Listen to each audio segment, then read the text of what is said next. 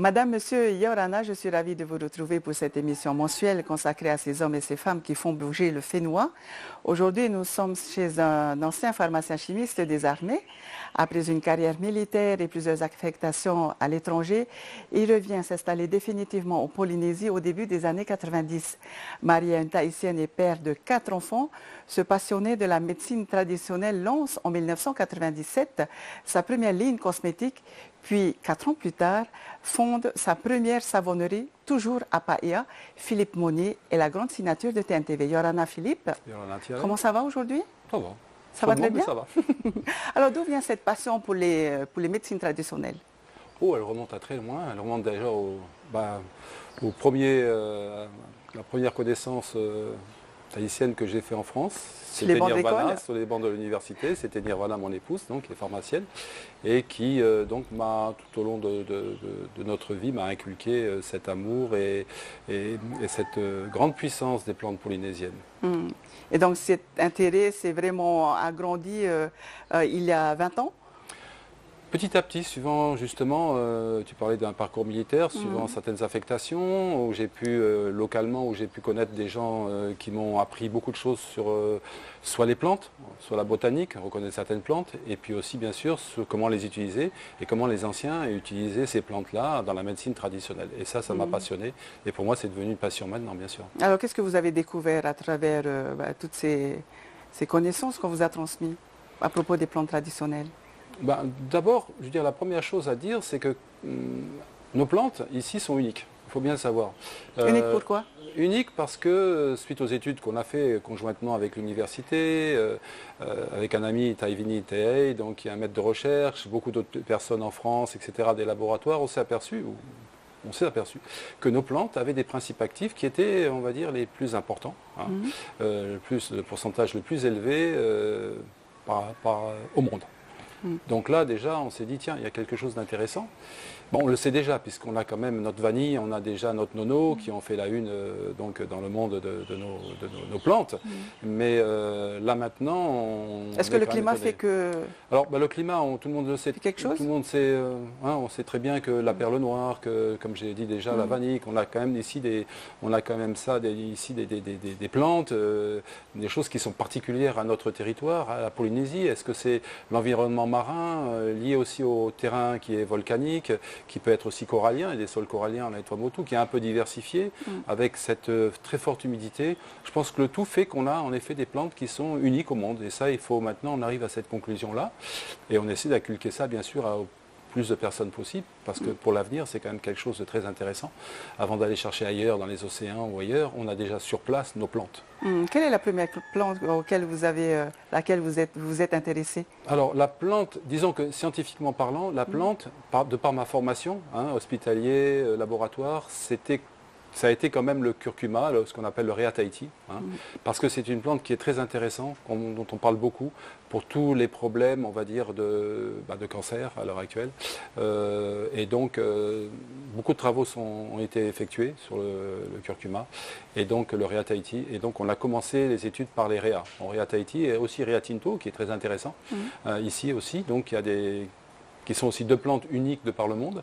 On le trouve partout dans le monde, mais unique, je parle au point de vue activité quand même. Il faut bien, je répéterai plus. Disons que les propriétés ne seraient pas les mêmes si ce a été trouvé ailleurs qu'en Polynésie. Tout à fait. Et même à l'heure actuelle, on arrive à faire donc des distillations, puisque c'est notre but, qui montrent que certains endroits de Polynésie, notamment par exemple, on prend du Rhea Ataha et du Rhea pris ici, disons entre Paria et Papala, quoi, chez nos producteurs. Et pourtant, il y a juste quelques kilomètres qui les séparent. Voilà, quelques kilomètres, mais on a donc des plantes qui ont des activités, enfin pas des activités différentes, mais qui ont des pourcentages de produits actifs différents.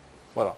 Et c'est ça qui est extraordinaire, et on progresse petit à petit justement, et ça c'est vraiment, on a quelque chose là pour des années et des années. Donc moi quand je pense à ça, je pense à mes enfants, mais en général je pense à la Polynésie, je pense bien sûr à Tahiti, et à tout ce qu'on pourrait faire avec ces plantes polynésiennes au niveau médecine traditionnelle. Je sais qu'il y a une époque, je le répète à chaque fois que je fais des interviews, des conférences, chaque fois je dis, il y a une époque, il y avait un homme, c'est un homme politique, qui avait dit il y a de l'or dans notre sol. Je ne sais pas s'il pensait aux plantes, je pense, mais c'est vrai qu'il y a de l'or dans notre sol. Et notre or, il est par ces plantes qu'il faudrait donc, j'allais dire, exporter dans le monde entier, puisqu'elles sont uniques. Et ça, c'est un peu la base de nos études.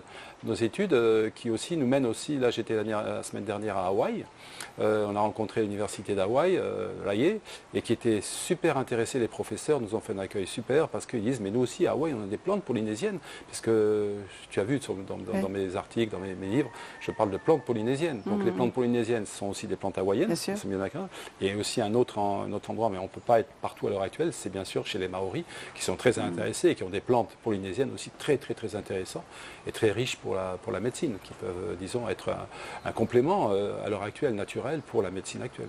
Parmi toutes les plantes que vous avez étudiées, quelle est celle qui vous a le plus marqué? Ah, tu veux, je te dis, chaque fois que je fais des analyses, elle me marque tout. Parce qu'on découvre toujours quelque chose d'extraordinaire. On le sait, on a des bibliographies, on sait ce qui se passe, mais on trouve des choses extraordinaires. Hein.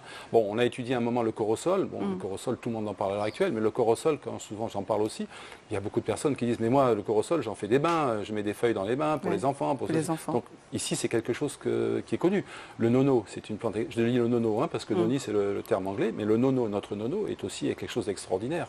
Hein. Bon, on utilise beaucoup les feuilles, puisqu'on parle du postulat de Pétard, enfin donc de ce que Paul Pétard a pu dans son livre. Dire dans son livre et écrire dans son livre, qui date quand même de 1945, je crois, 45-48, donc c'est quand même une référence pour tout le monde. Et moi, ça a été ma référence absolue. Je l'ai lu, tu as pu voir, j'ai un exemplaire qui est complètement, qui était un des premiers, donc, mais je l'ai lu de A à Z, quoi. Je pourrais presque le lire par cœur, quoi. C'est quelque chose d'extraordinaire, quoi. Le tamano?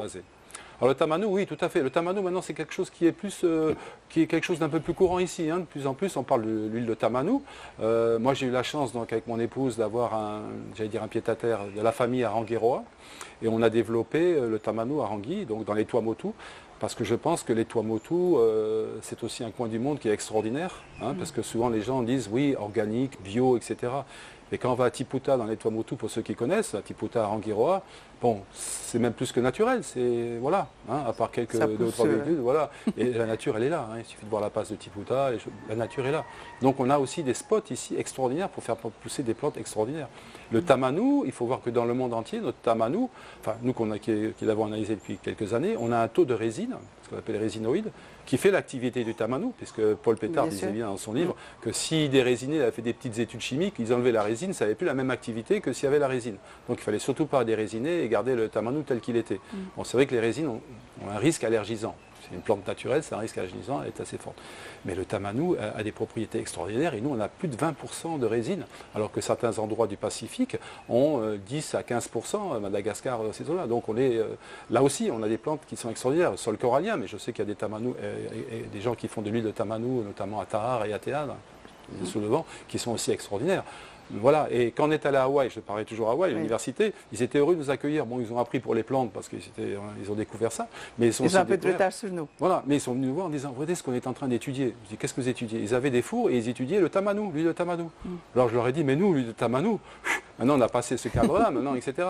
Et donc je leur ai donné des analyses en anglais et tout ça, ils étaient heureux comme tout. Parce qu'ils nous disaient, mais combien de temps vous mettez, vous, pour faire sécher vous, Et voilà, et ils se lançaient, eux, dans le tamanou. Donc c'est pour dire que d'une part on a de l'avance, mais d'autre part on pourrait très bien justement exporter notre savoir-faire, c'est ce qui demande certaines, voilà. Donc on a des choses qui sont vraiment des plantes qui sont extraordinaires. Je vais m'arrêter là parce que je ne parlerai pas de l'huile de coco vierge qu'on avait lancée, qui est aussi quelque chose qui à l'heure actuelle marche très bien, les Tuamotu ou les îles sous le vent, qui s'est développée et qui était quand même une huile qui est intéressante pour la médecine. Elle est à la fois cosmétique, mais elle est aussi alimentaire. Et on a beaucoup d'activités alimentaires. Donc ça veut dire que déjà ça permet d'avoir beaucoup disons dans le futur, de produits à développer avec l'huile de coco vierge pour la médecine, pour notre médecine. Alors vous étiez pharmacien chimiste de l'armée et ça a dû être un gros changement par rapport à ce que vous faites aujourd'hui. Oui, parce qu'en plus j'avais une formation un peu particulière, puisque ma formation de pharmacien était aussi dans ce qu'on appelle le NBC, le nucléaire, le chimique et le biologique. C'est ce qui vous a amené dans le Golfe. Voilà, ce qui m'a amené dans la guerre du Golfe, Tchernobyl à Toulon, les sous-marins nucléaires, les choses comme ça, et aussi Mururoa ici, il faut le dire. Enfin, pas Muru, puisque moi j'ai pratiquement été très peu, j'y ai été quelques fois, mais surtout on avait un bateau qui s'appelait le Marara, et on faisait justement des prélèvements sur toute la Polynésie. Bon, des prélèvements qu'on analysait rapidement, bien sûr, c'était pour la radioactivité à l'époque. Et moi, ça m'a permis de découvrir énormément de plantes. Parce que j'avais des plongeurs, et certains se reconnaîtront ici, je pense, Tanner Lacchino, enfin beaucoup, Jack Bennett, Chevret, Maurice, tous ces gens, qui étaient aussi plongeurs de Malardais. Et en même temps qu'on faisait les analyses pour la radioactivité, on faisait aussi une analyse pour la ciguatera. Puisqu'à l'époque, le directeur, c'était M. Banis, de Malardais, et Raymond. Et on a fait, chaque fois, on faisait un des prélèvements, bien sûr, dans la mer, donc les poissons et tout. Et on ramenait tout ça, on envoyait tout ça. Et c'est grâce à ces prélèvements, quand même, qu'a été isolé l'agent causal de la ciguatera. Donc pendant 2 ans, on a passé notre temps dans l'eau et sur Terre. Et on avait... Bon, la France a mis beaucoup de moyens, tout le monde le sait, on ne va pas revenir là-dessus. Et on avait des gens qui venaient du Muséum d'histoire naturelle de Paris, des scientifiques qui venaient, et donc qui venaient sur mon bateau, et on allait dans les atolls, etc. Et eux, bien sûr, j'en profitais pour leur dire, mais c'est quoi cette plante-là? Enfin, cette plante-là, c'est quelle variété, c'est quoi tout ça? Et donc j'ai réussi à faire mon propre, j'allais dire à pied, à avoir cette connaissance que j'ai maintenant, grâce à ces gens-là qui m'ont inculqué une grosse partie de leur savoir, et ça c'est génial. Et beaucoup ne sont plus là maintenant, mais je garde toujours ça précieusement et je développe de plus en plus cette partie-là. Vous avez démissionné de l'armée, hein? Vous n'aurez pas quitté l'armée, vous serez quoi aujourd'hui? Général? Certainement, oui. Oui, mais après, il y a 2 choses dans la vie. Il y a la vie professionnelle, le business, l'argent, et puis les honneurs. Et puis d'un autre côté, il y a la vie familiale. Il y a l'amour, il y a tout ce qu'on a avec ses enfants et tout. Et c'est vrai qu'à cette époque, j'étais parti à la guerre du Golfe, donc on m'avait dit, vous inquiétez pas. Bon, j'étais pas tout jeune quand même. J'ai laissé quand même ma famille à Tahiti. J'étais à Toulon, j'ai laissé ma petite, en appelant mes parents très vite, en disant, je prends le premier bateau pour le Golfe. Donc c'est les premiers bateaux qui partaient. J'avoue là un petit coucou, je vais le dire simplement à mes amis tahitiens du 21e RIMA qui ont été avec moi, donc ils m'ont suivi du port de Toulon jusque sur le terrain. Et je leur rends hommage ici, je me permets de le faire tirer, parce que c'est les premiers qui sont rentrés en Irak. Parce qu'à l'époque, les Américains nous ont dit, les Français, ok, vous êtes bien, mais vous allez rentrer en Irak les premiers. Et les premiers qui ont passé la frontière irakienne, ce sont des Tahitiens. C'est les Tahitiens du 20e RIMA.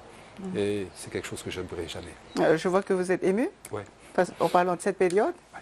C'est quelque chose qui vous a beaucoup marqué. Donc on va revenir en Polynésie.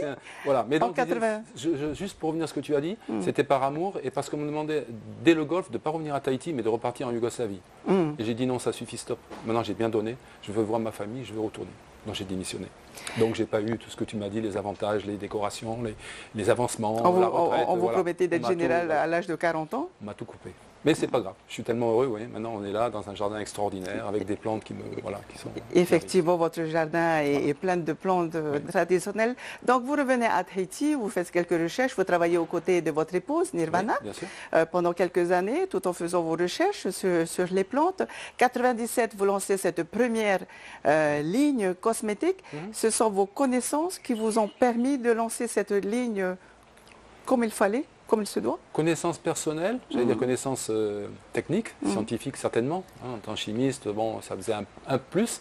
Et connaissances aussi personnelles avec une amie qu'on avait qui est venue à Tahiti et qui a dit, Philippe, à l'époque le monoï, bon, c'était le monoï que tout le monde connaît, qui est très bien, qui est super, mais... Et il a dit, mais avec le monoï, on peut faire des choses extraordinaires. On peut faire des répellentes, on peut faire des produits anti-moustiques, on peut faire des produits pour bronzer, on peut faire des produits protecteurs, on peut faire beaucoup de choses. Et on a fait des... Et j'ai dit, mais voilà ce qu'il faut que je fasse.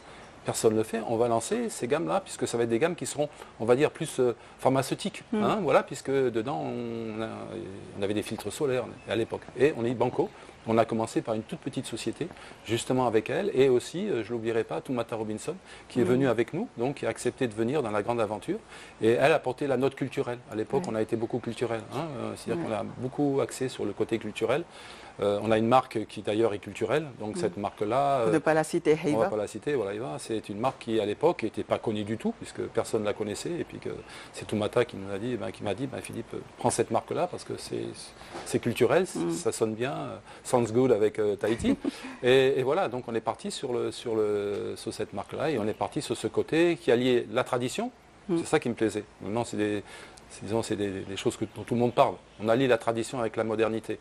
Et en 1997, ce n'était pas évident. Donc on a allié la tradition culturelle avec la modernité qui était avec notre amie qui était pharmacienne, mais qui formulait pour des très très grands laboratoires cosmétiques et qui donc nous a donné aussi, elle, une partie de son savoir et on l'a continué maintenant. Alors cette Lynn a 20 ans aujourd'hui. Voilà, on fête les 20 ans. C'est une grande fille. C'est une grande fille, voilà. Ben, elle a progressé. Mon ami m'a toujours dit, écoute Philippe, si au bout de 10 ans tu es toujours là, au niveau entreprise, ça va, tu pourras continuer. Il y a souvent la cassure au bout des 10 ans où des entreprises s'arrêtent. Et nous, on était contents, on est passé le cap des 10 ans, voilà, on est très contents. Et maintenant, surtout, l'avantage pour moi, le gros avantage, c'est que j'ai des enfants et que ma transmission est familiale. Les entreprises C'est une entreprise familiale que vous avez aujourd'hui. Voilà, tout à fait. C'est tous mes enfants qui travaillent dans l'entreprise, tous. Donc la relève est... La relève est assurée. C'est génial. C'est génial. Voilà, voilà. La savonnerie, pourquoi? Eh bien, à l'époque, il n'y avait pas le type de savon que je voulais développer. Il n'y avait pas, ça n'existait pas. Il y avait quelques savons qui étaient faits d'une certaine manière, mais pas ce que je voulais. Et j'ai un ami là aussi, parce que bon, quand on s'entoure d'amis compétents, qui avaient plusieurs, on réussit plus vite. En métropole, exactement, un très bon ami qui n'est plus là d'ailleurs, et qui m'a dit, Philippe, voilà ce qu'il faudrait faire, etc. Ça m'a passionné, et j'ai dit, ben, je vais ouvrir une savonnerie. Et maintenant, bon, là, c'est la savonnerie qui commence à s'agrandir, donc on refait, c'est tout neuf maintenant, on refait, voilà, on s'équipe de nouvelles machines, et on va beaucoup plus loin dans la recherche au niveau justement de la savonnerie. Il y a beaucoup de choses à faire. Donc j'ai vu que vous aviez un laboratoire en construction. On a aussi un laboratoire en construction. Vous avez d'autres projets? Là, c'est les plantes. C'est les plantes et aller beaucoup plus loin par rapport à nos plantes, hein, pouvoir justement maintenant les exporter de certaines manières. Donc ça demande beaucoup de moyens, beaucoup de finances et beaucoup d'énergie aussi. L'export est facile à faire lorsqu'on se trouve en Polynésie? Alors l'export, ben moi j'ai une expérience avec la Chambre de commerce en tant que président de l'export et bon, je remercie Stéphane Chino, le président, de me l'avoir donné. Voilà, maintenant je me suis aperçu que c'est très très difficile. L'export est très difficile ici. Par rapport à l'éloignement ou par rapport à l'éloignement, à la réglementation? Voilà, l'éloignement, la réglementation, on essaie d'avoir maintenant, on essaie d'avoir des exonérations, mais on a quand même des petites entreprises qui ne sont pas forcément exonérées au total, donc on a beaucoup de taxes. Et au niveau de l'export, même si on exporte une partie, le produit convient cher parce qu'il faut les faire venir de loin. Pour les réexpédier. Voilà. Donc mon but, c'était moi, en fait, au niveau de l'export, c'est d'essayer de vendre nos produits autour de chez nous, c'est-à-dire plutôt la côte. Dans le bassin Pacifique. Dans le bassin Pacifique et Hawaï, et surtout Los Angeles, tout ça. Donc là, on est en voie de, voilà, mais il faut du temps, il faut de l'argent, et il faut chercher, il faut faire des salons. Là, je me suis arrêté parce que les salons, ça faisait 5 ans qu'on les fait. Et à l'heure actuelle, au niveau des États-Unis, il y a quand même quelque chose qui se passe, c'est que les Américains veulent produire leurs propres produits. Donc ils sont intéressés par nous accepter, nous donner des moyens, nous donner des locaux, nous donner de l'argent, tout ce qu'on veut, pour fabriquer chez eux, et eux vendraient nos produits à l'extérieur. Donc c'est une nouvelle approche. Mais disons, moi, ce n'est pas mon approche, ce n'est pas notre approche à nous. Moi, je suis trop fidèle aux Fénois pour me dire que je voudrais me délocaliser aux États-Unis. Ce n'est pas le cas. C'est pas le cas. Voilà. Maintenant, bon, les enfants seront là par la suite, on verra ce qu'ils font. Mais pour l'instant, je pense que non. On est ici, on a nos produits ici. Il ne faut pas qu'on se plante, comme on dit. Il faut qu'on reste ici. Ça va demander du temps, mais je pense qu'on parlait des plantes, il y a toute l'agriculture. Quand tu vois chez nous le jardin, tu vois la montagne au-dessus, il n'y a pas de culture. Quand je parle des plantes, on a besoin de... Alors la matière première, justement, où est-ce que vous la procurez? Voilà, la matière première, on essaie maintenant d'avoir des connaissances, c'est-à-dire des traçabilités, des gens qui nous fournissent la matière première. Mais à part un ou deux fournisseurs, notamment un qui est sur Tara, qui fait les gingembres, etc., on n'a pas de possibilité d'avoir suffisamment de matériel pour se dire on va passer à une grosse échelle d'exportation. Voilà, comme certains laboratoires voudraient qu'on fasse, parce qu'il nous manque au niveau de l'agriculture, on en revient au début, il nous manque cette matière de base, ces plantes médicinales, traditionnelles, qu'on retrouve un peu dans chaque jardin. Je pense que beaucoup de Tahitiens ont chez eux des plantes. Sans réellement savoir jusqu'où on pourrait avoir avec telle ou telle plante. Alors puisque vous parlez de manque, de cette matière première, si quelqu'un toutefois voulait se lancer dans cette voie, quelle plante vous lui conseillerez de planter? Je sais pas, on en a parlé déjà, tu as vu les ouvrages et tout, on a beaucoup de plantes qui sont intéressantes. Oui. Après, ça dépend justement de l'endroit où la personne veut placer, du temps, parce que... Admettons quelqu'un qui a un fapo, qui a une parcelle de terrain dans une vallée. Vallée. Eh bien, moi je dirais plusieurs choses. Je dirais par exemple, maintenant on trouve partout, mais il faut le récolter. On a le tiaré, on a le nono, ce que j'appellerais des valeurs sûres. Tiaré, nono, valeurs sûres. Et après, certaines plantes comme le corosol sont intéressantes. L'oréa, il commence à y avoir des grosses plantations. Les gens sont partis de l'oréa. Moi, j'ai rencontré des personnes il y a quelques années qui commencent à avoir des grosses plantations d'oréa. Donc l'oréa commence à venir, mais il n'empêche que je ne sais pas si on en aura suffisamment. Quand on parle de la vanille à l'heure actuelle, on voit bien où on en est. Tout le monde pensait il y a quelques années la vanille. Maintenant, il nous en manque. Donc c'est pour ça que je suis là aussi. La vanille aussi, bien sûr. La vanille, je ne ferai qu'appuyer les gens. La vanille, je crois qu'il y a des aides à l'heure actuelle. La vanille, c'est une plante qui est unique. Je vois qu'on essaie de la faire planter ailleurs, ce qui est bien dommage. Mais elle n'empêche qu'on n'a pas la qualité qu'on a ici à Tahiti. Et donc il faut vraiment qu'on s'appuie sur, qu'on travaille sur une protection.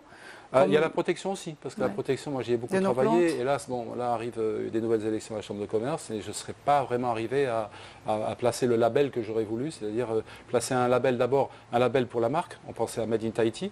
Après moi qui me suis beaucoup, beaucoup voyagé dans les pays, j'ai vu un pays qui est intéressant au niveau production, c'est Fidji. Fidji a Product of Fidji. Maintenant, on va à l'aéroport de Los Angeles et partout, on voit la Fidji Water. C'est marqué en gros les affiches, vous verrez, il y a marqué en gros aussi Product of Fidji. Donc pourquoi pas un Product of Tahiti, qui sera un label défini.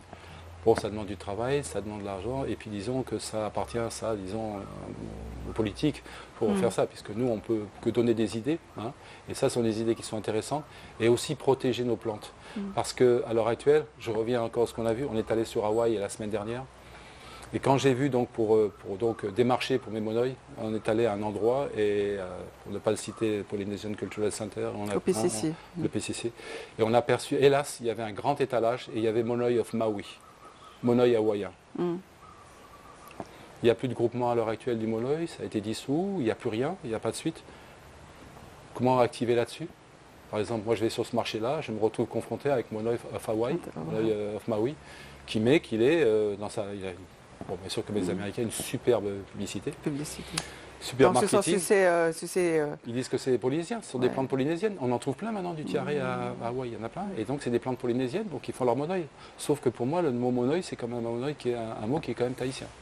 Voilà. Donc maintenant, c'est plus à moi de voir, c'est à la suite. Ce sont les sujets sur lesquels on devrait travailler. Voilà, c'est au moins on parlait de ça, mais par exemple, au moins protéger des plantes comme le tiaré, que le tiaré est un label, que ce soit tiaré de Tahiti. À une époque, on a parlé de la vanille de Tahiti. C'est peut-être un peu tard maintenant. Il y avait aussi le nono de Tahiti. Il y a tout ce qu'on a parlé, même le réa Tahiti. Il faudrait que ça soit labellisé de Tahiti. On a beaucoup de plantes comme ça. Une fois qu'on a ce label-là, je pense qu'on peut exporter, on est tranquille. Puisque maintenant, on s'aperçoit que scientifiquement parlant, ces plantes-là, elles sont uniques. Donc pourquoi les faire pousser dans d'autres endroits du monde sans les protéger? Alors que si on a une protection, on pourra vendre encore mieux nos produits. Ça veut dire que les plantations au niveau agricole, ça donne quand même du travail pour des générations là maintenant. Parce qu'on a quand même beaucoup d'endroits qui ne sont pas plantés. Et c'est quelque chose d'extraordinaire, ces plantes. On a des plantes extraordinaires. Je ne parlerai pas des plantes aussi, bien sûr, de toutes les plantes alimentaires, les plantes d'ornement. Ça, c'est une autre partie, hein, je sais. Et Dieu sait si on pourra en parler, parce que c'est quelque chose d'extraordinaire aussi, qui est demandé par le monde entier. Mais disons déjà, ne serait-ce que par nos plantes de médecine traditionnelle, les plantes qu'on a à nous, c'est notre médecine. On peut se soigner avec ces plantes-là. Je disais en tant que complément de ce qui se passe de la médecine, disons, occidentale. Ça peut être un très bon complément ici, puisqu'on a ce qu'il faut. Voilà. Nous nous approchons à la fin de cette émission. Je souhaiterais que l'on finisse cette émission avec quelques mots sur cette commune de cœur, qui est Paia. Oui, alors justement, on en parlait tout à l'heure, je suis là aussi, c'est quand même quelque chose qui a été aussi dans mon couple quelque chose de très important, puisque Nirvana est de Paia, et moi de Toulon, hein, pour venir ça, puisque vous avez vu qu'il y a quelques éléments qui montrent le rugby de Toulon. J'étais pendant très longtemps président du rugby de Manuhura, président de Manuhura aussi, mais président du rugby de Manuhura et président de la Fédération tahitienne de rugby. Donc c'est vrai que j'ai tout de suite employé d'ailleurs des rugbymen dans mon entreprise. Et je trouve que ce rapprochement entre les deux communes qu'on a fait dans les années 85 en faisant venir le rugby club toulonnais, donc j'étais un ancien donc ici, et après en 87 toute la commune de Paia s'est déplacée. Je remercie ici Tavana Jackie qui nous a toujours supporté dans ce jumelage, puisqu'à l'époque personne n'avait fait ça. Et en fait on s'est déplacé avec un Boeing 747 qui je crois est le seul vol qui a fait pas péter Marseille. À Marseille on a eu une vingtaine de bus qui sont venus nous chercher pour nous amener à Toulon. Toulon, vous savez ce qu'on a fait? On a mis les premières pirogues dans le port. Parce que moi étant dans la marine, on avait demandé à ce qu'il y ait quatre pirogues qui soient transportées par un bateau qui allait sur Toulon. Et dans la rade de Toulon, on a mis les 4 premières pirogues. Et c'est vrai que lorsqu'on parle en France, on pense toujours à ce club de Toulon. Voilà, 87, c'est les premières pirogues que j'ai amenées là-bas et qu'on a fait là-bas. Et aussi la relation en 87 avec la mairie de Toulon. Voilà. Et cette relation a été très, très... il y a eu de la coopération d'ailleurs entre les deux communes, et puis au niveau sportif, puisque le rugby a continué, et même à l'heure actuelle, on a à l'heure actuelle un petit jeune qui est le fils d'Apollosi Foliaki, le président de la fédération, à qui je dis un petit coucou, qui est à Toulon. Et donc c'est vrai qu'on a de temps en temps des rugbymen qui vont éclore en France grâce à ces clubs-là, et notamment à Toulon à l'heure actuelle. Et donc le club, moi je suis très fier d'un maillot, j'avais le flocage Toulon d'un côté et le flocage Manoura. Et pour finir là-dessus, disons que tous ces gens qui sont venus même de métropole, quand je les vois encore en France, bon, ils sont plus même âge, hein. Maintenant on atteint les 70 ans. Donc bon, c'est des souvenirs avec le pastis coin du bar, mais c'est ça, c'est des souvenirs de... Voilà. Et vous consommez avec modération, bien sûr. Consommer avec modération, bien sûr. Voilà. Mais ce que je veux dire, voilà, c'est pour dire la fête, c'est toujours la fête. Et quand on va là-bas, il y a toujours cette émotion en disant à Tahiti, à Tahiti, à Tahiti. Il y a toujours ce souvenir, même avec les anciens rugbymen, tous ces gens-là, à Tahiti, Tahiti. Ils sont passés là, ça a été comme un passage dans le paradis. Et je finirai juste par une phrase qui me semble extraordinaire. C'est l'adjoint au maire de Toulon qui s'appelait Simon Mazzoni, qui est disparu maintenant, qui était corse. Moi j'aime bien les Corses. Et il était corse. Et il avait dit, moi je sais que Paia, comment il faut vous appeler. On va dire la commune de Paia, ça me dit tout de suite. Par amour et amitié. Et ça sera mon mot de la fin, si tu le permets, Thierry. Par ça amour sera et le mot amitié. De la fin. Merci. Qu'est-ce qu'on peut vous souhaiter, Philippe Monnier? Pas à moi, aux enfants, à notre future génération, à nos enfants de Tahiti. C'est ça qu'il faut leur souhaiter. On a de quoi réussir à tous les niveaux. Hein, j'ai parlé de l'armée aussi. Il faut que les jeunes Tahitiens qui sont là-bas continuent, fassent leur carrière. Ils auront une retraite après. C'est génial. Ils pourront faire ce qu'ils veulent. Que les jeunes étudiants justement se démarquent aussi. Hein, et que maintenant, on est aussi à notre niveau. Je reviens toujours sur les plantes et tout. On a une économie à recréer, à continuer. Et ça, c'est nos enfants. Moi, je ne serai plus là pour le voir, mais je pense que j'aurais pris une petite graine. Puis cette graine, elle va pousser, n'est-ce pas? Elle va faire des plantes. Elle va faire des figuiers, n'est-ce pas? C'est bien cela. Merci encore, Philippe Monnier. Ça sera aussi le mot de la fin. Nous vous souhaitons donc une bonne soirée sur TNTV. On se retrouve le mois prochain pour une autre grande signature. Yorana et pareil.